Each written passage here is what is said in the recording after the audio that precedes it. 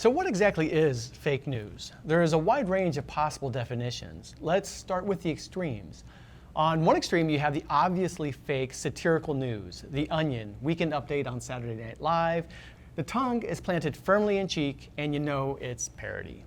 On the other extreme, you have the fabricated news that's intentionally masking itself as credible news. The creators of these fake news stories want their readers to think it's accurate reporting.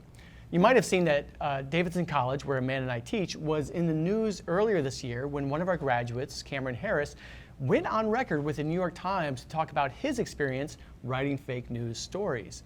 With a few sensationalist headlines, some falsely attributed photographs, and a seemingly legitimate website, his completely fabricated story about election fraud in Ohio went viral. Harris's fake news website eventually earned him about $22,000 in ad revenue during the election season, which suggests fake news just isn't about politics, it's also about money.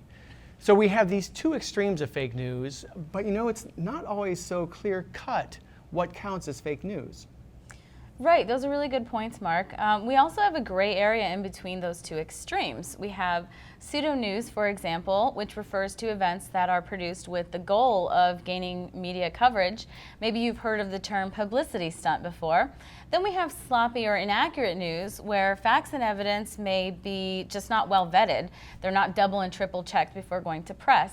Now, some people blame the 24-hour news cycle for this because there's pressure to produce and break the news first, and this is arguably like no other time in history, thanks to the instant nature of the internet.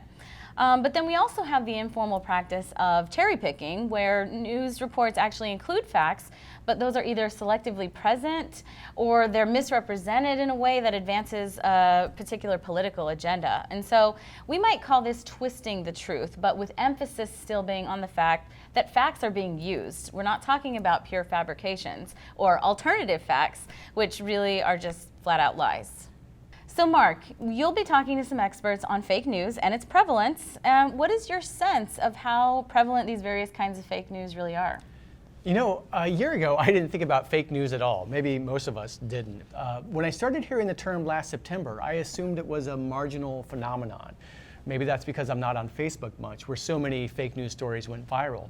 But in fact, shortly after the election in November, BuzzFeed News did a study where they reported that the top 20 fake news stories on Facebook received more shares, more comments, more reactions than the top 20 news stories from legitimate sources. The most interesting revelation from BuzzFeed's Facebook study was that the closer we got to the election, the more the fake news outperformed credible news. And you have to wonder, what role is fake news playing now, 3 months after the election? Yeah, since the election, the term has really kind of morphed. In fact, we hear fake news, we see it in all caps as a sort of accusation that's leveled against legitimate newspapers or news shows.